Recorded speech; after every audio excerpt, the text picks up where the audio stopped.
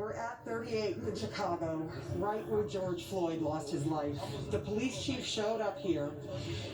Chief, you came here to do what? We watched you walk up to this memorial. What did you come here to do today?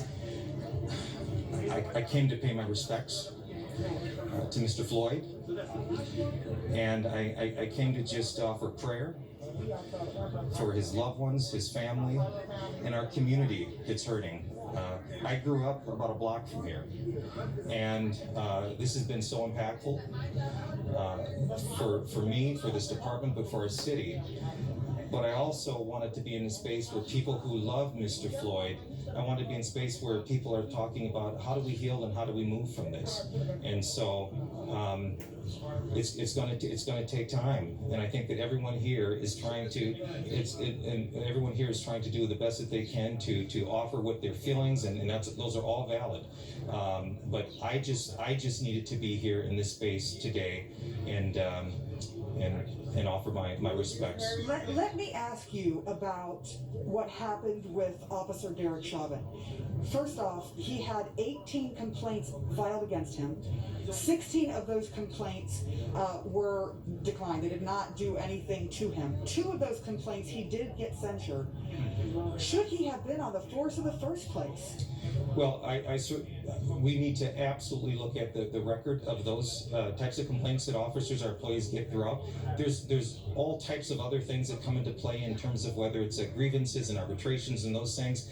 But at the end of the day, our community members need to know that the men and women that put this badge on, that they are doing so in service to them, and they should not have to doubt. They should not have to doubt the integrity and if they're going to be treated in a compassionate and professional way. And so those are things that as we move forward, we need to get better in terms of this profession. Absolutely. Can I ask you why you decided? I have not seen this happen this quickly before. In past cases, I have covered many protests around the world, including what happened in 2014 in the Michael Brown case in Ferguson, Missouri. Why did you decide that firing the officers would happen as quickly as it did? Many departments do not fire officers that fast. There are absolute truths in life. We need air to breathe. The killing of Mr. Floyd was an absolute truth that it was wrong. And so it did not take, I did not need days or weeks or months or processes or bureaucracies to tell me that what occurred out here last Monday, it was wrong. I want to ask you what you thought when you saw the video that we all saw of Mr. Floyd on the ground, his face smashed into the ground, gulping almost like a fish out of water, with Chauvin's knee on his neck for more than 7 minutes. What did you see? What did that do to you as the chief, seeing your officer on top of this man? There was a visceral reaction. I will just say that I was emotional.